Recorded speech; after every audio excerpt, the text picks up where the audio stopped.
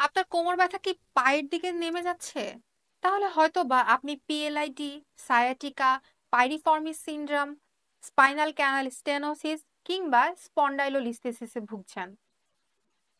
কোমর ব্যথার চিকিৎসা শুরু করার আগে সবচাইতে যে জিনিসটা জরুরি সেটা হচ্ছে কোমর ব্যথার সঠিক কারণ বের করা এবং কোমর ব্যথার সঠিক রোগ নির্ণয় করা। আপনি কোন কন্ডিশনে ভুগছেন সেটা বের করা খুবই জরুরি। এরপর যেটা ইম্পর্টেন্ট সেটা হচ্ছে আপনি যে অবস্থায় ভুগছেন বা যেই কন্ডিশনে ভুগছেন সেটার গ্রেড ফাইন্ড আউট করা। এরপরে যেটা জরুরি সেটা হচ্ছে প্রপার অ্যাসেসমেন্ট করা। আপনি যদি সঠিক রোগ বের করা সম্ভব হয়, সঠিক প্রপার গ্রেড ফাইন্ড আউট করা পসিবল হয় এবং প্রপারলি অ্যাসেসমেন্ট করা হয়, তাহলে ট্রিটমেন্ট প্ল্যান আমাদের জন্য খুবই সহজ হয়ে যায়। অনেকেই যেটা ভাবেন কোমর ব্যথার ট্রিটমেন্ট মানেই হয়তো বা একই রকম, সবার ক্ষেত্রে হয়তো বা একই রকম, কিন্তু সেটা অনেক অনেক ক্ষেত্রে সেটা ভুল ধারণা।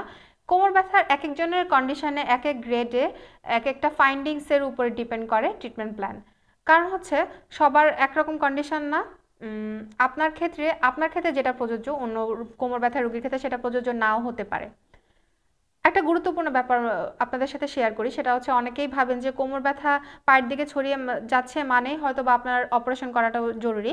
কিন্তু অনেক ক্ষেত্রে আহ, উম, কোমর ব্যথা কোমর ব্যথা পায়ের দিকে ছড়িয়ে যাওয়া এটার সাথে যে অপারেশনের যে সম্পর্কটা আমরা যেটা বলি যে কিছু রেড ফ্ল্যাগ থাকে।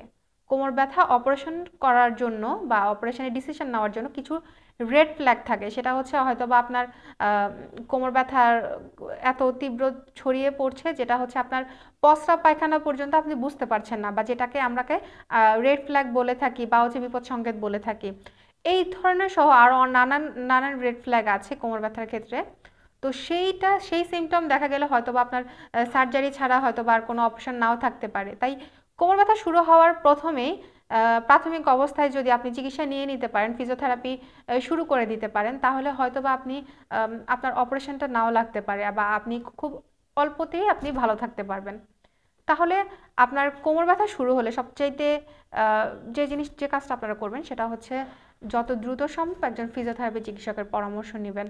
কারণ ফিজিওথেরাপি এমন একটা আধুনিক চিকিৎসা পদ্ধতি, সেক্ষেত্রে আম, অনেক দ্রুত এবং খুব সুন্দরভাবে কোনো পার্শ্ব প্রতিক্রিয়া ছাড়াই ফিজিওথেরাপির মাধ্যমে কোমর ব্যথা সারিয়ে তোলা সম্ভব। এবং এর পাশাপাশি অবশ্যই খুব জরুরি সেটা হচ্ছে লাইফস্টাইল মডিফিকেশন।